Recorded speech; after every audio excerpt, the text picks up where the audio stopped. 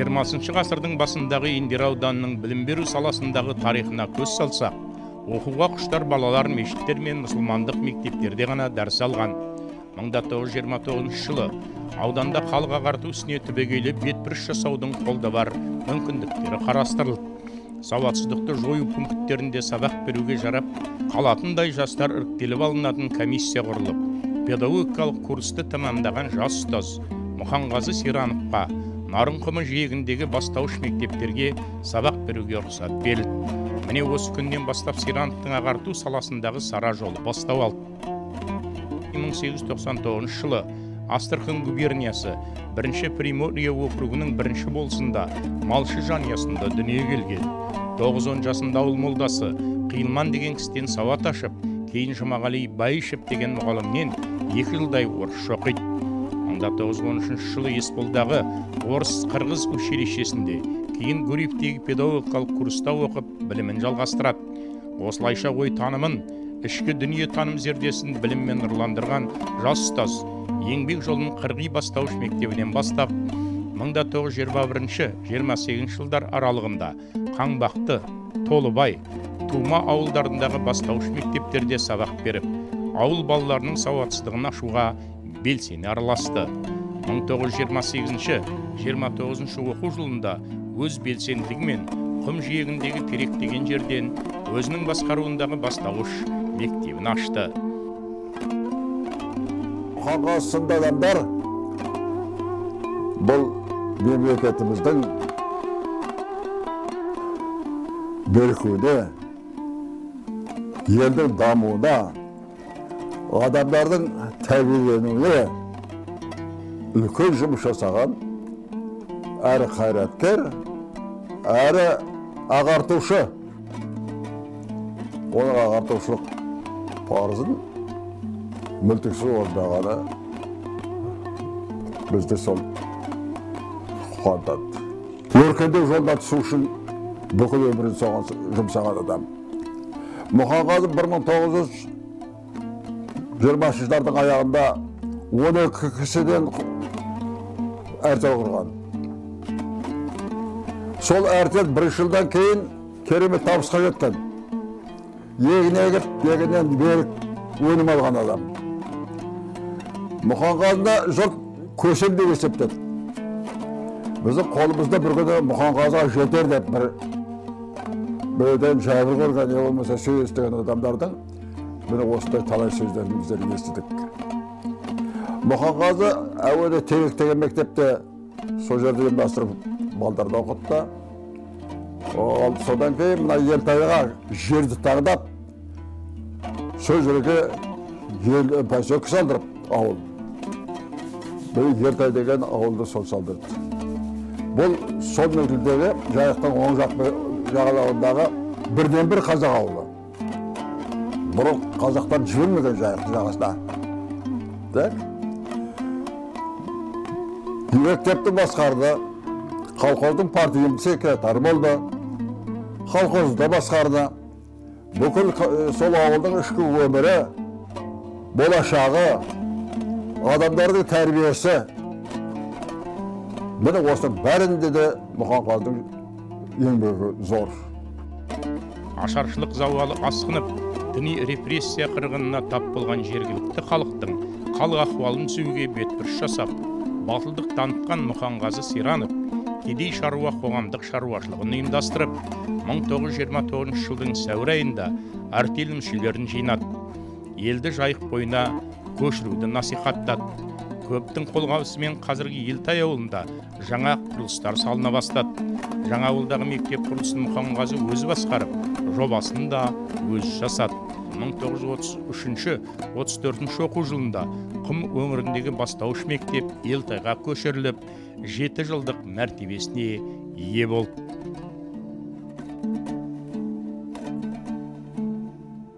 Замананың жаңа бағыттарын тез ұғынған ағартушы азамат 1930 жылдар ортасынан бастап жаңа ауылдан клуб, кітапхана, емхана, наубайхана, монша үйлерін салғызып, Құмнан көшіп келген қазақтардың көзін ашуға атсалысқан.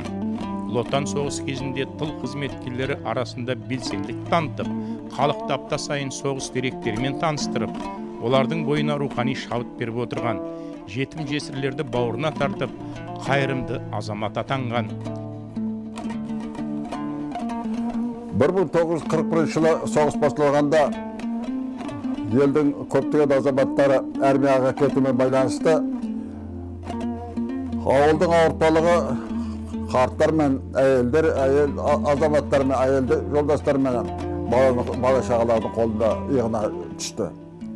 Мұны осы бәрін реттеу, әділдікті сақтау, адамдардың аш-жалаңаш қалмауына қамқорлық жасау, тәртіпті бұзуға қатаң шаралар алу. Мұны осы бәрін де Мұқанғазы ұйымдастырды. 1941-42 жылға қараған уақытта Украинадан малдарды айдап көптеген адамдар келді бізге. Ел пайда болды. Солардың жағдайын ұйымдастыру. Артынан сол бірнеше еврей семьялары келді. Жағдайдың қиындығына қарамастан біздер сонда оқып жүрдік, біздерді жұмсады, басқа жағдайларды жасады. Солардың аман есен бәрінен де кәдімгі өмір сүруіне қамқоршы Мұқанғазы болды. Өте таза, көп сөйлемейтін, онда біздерге араласпайтын, міне осындай бір тамаша адам болды. Мен үшін жақсы мұғалім бәрінен де артық. Өйткені мұғалім мектептің жүрегі деп, ой сомдаған Алтынсариннің ілімін жалғастырушы сан қырлы Серановтың ғұмыры жаңашылдық ізденіске, жарқын болашақ бастауларына құштарлықтан оралғанды. Ол өз дәуірінің қайсар тұлғасы бола білді. Атақ үшін емес, ел жұртының болашағы үшін бағдарлары мен армандары әлі шектеусіз болатын. Біздер соның қарауында мектепте оқығанға мақтан етеміз. Сол мектепте көптеген адамдар шықты.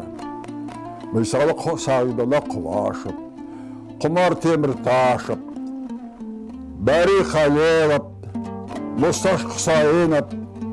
Оқыстың бір ерекшелігі оқу тәрбие жұмысын ұйымдастырғанда жақсы оқытушылар алып келді.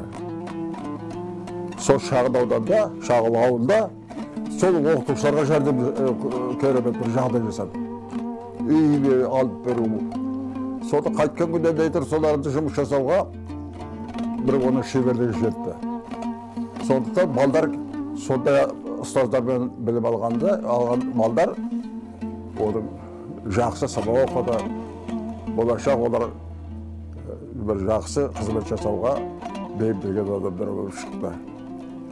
Көптеген адамдар Алматыға жоғарғы оқу орындарынан түсті.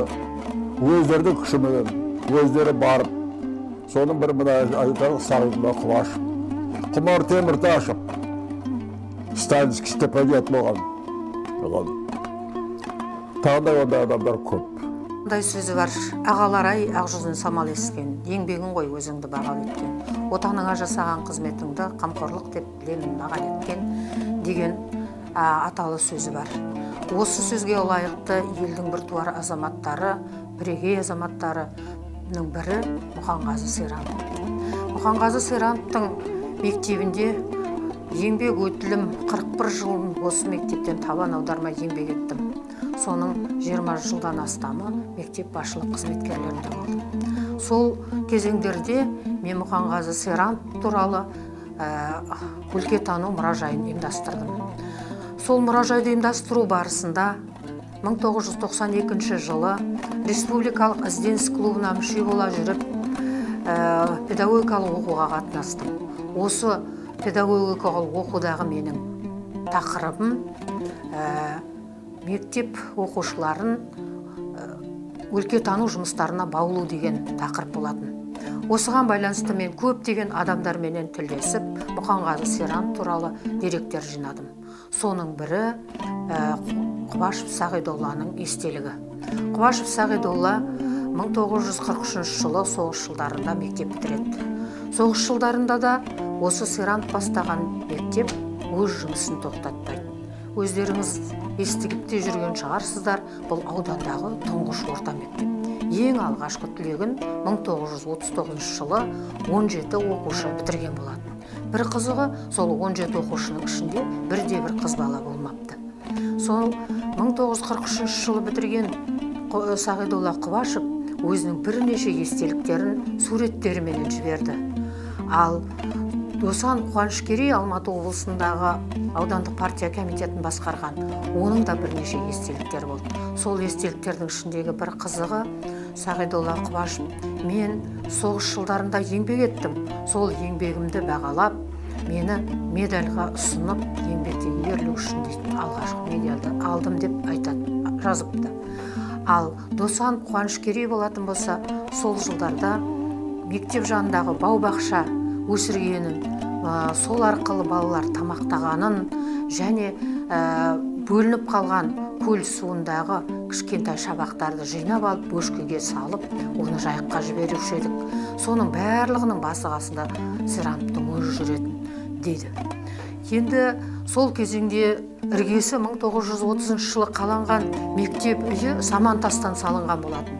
Оның проектісында, оның барлық құрылыс жұмысының басы-қасында Серановтың өзі болған, ауыл адамдары қызыға айтады.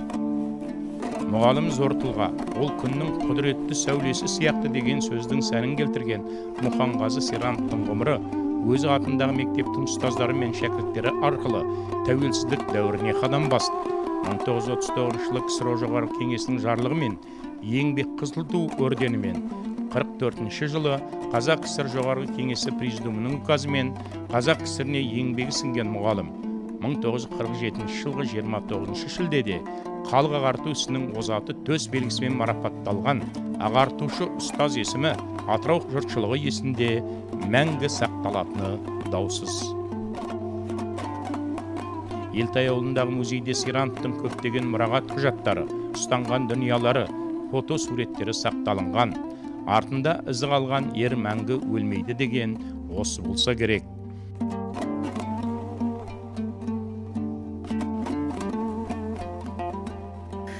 Оқып отырсақ, естеліктер өте көп және суреттер көп деген суреттер, сыр шертетін суреттер бар.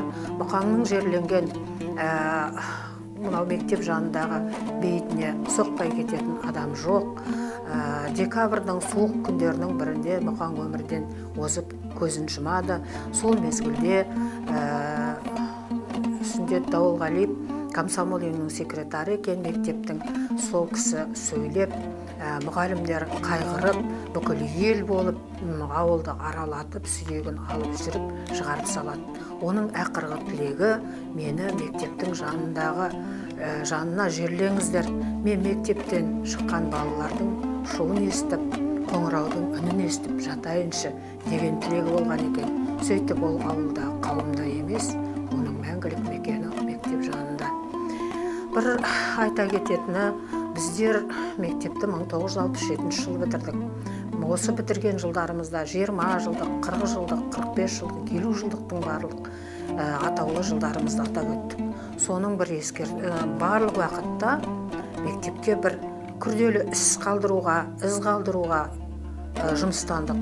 Соның бірі мынау мектеп бітіргенімізге 50 жыл толуына байланысты ескі мектеп үйі қиратылып кеткеннен кейін, тозып кеткеннен кейін, соны орнына метр жарымдық мрамор тастан белгі қойдық. Ол белгіні қойған 1967 жылғы түлектер деп жазылды. Міне осындай істер Мұқанғазы Серановтың өмірінің мәңгі өшпейтіндігін білдіреді. Енді қай уақытта да еңбек еткен адамның еңбегі өлшеніп қала бермейді, бірақ ұмытылмайтын бір есімдер болады. Солардың бірі осы Мұқанғазы Серанов ағамыз. Мұқанғазы небәрі 48 жыл өмір сүрді. 1947 жылы декабрь айының ішінде қайтыс болды. Оның Елтай үшін жасаған жұмысы ұшан теңіз. Көрегендігімен ол ерекшеленді. Болашақта бағдарлап болжай білді. Адамдардың қабілетін, әсіресе балдардың қабілетін керемет анықтайды деді. Ешбір дауыс шығарып ұрсып көргенін естіген жоқпыз. Сондай бір керемет тағдыр сондай адамдар жаратады ғой. Біз сондай адамдардың бірі осы мен Мұқағазы болды деп есептеймін. Мұқағазы атында қазір мектеп бар. Мектеп ескерткіші бар.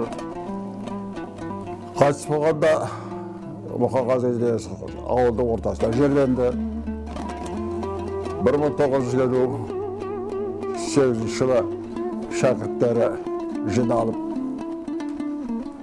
баста ескерткіш орнатты. Міне сол ескерткіш әлі дейін сақталып, адамдардың бір қастері орнына айналды. Көптеген адамдар Мұқағазының атымен атауды Елтай ауылын бастама көтергенде, бірақ ол шешілмей қалды. Дұрысы сол Елтайды Мұқағазы ауылы деп атаса артық болмайды. Ол дұрыс та болған болар еді.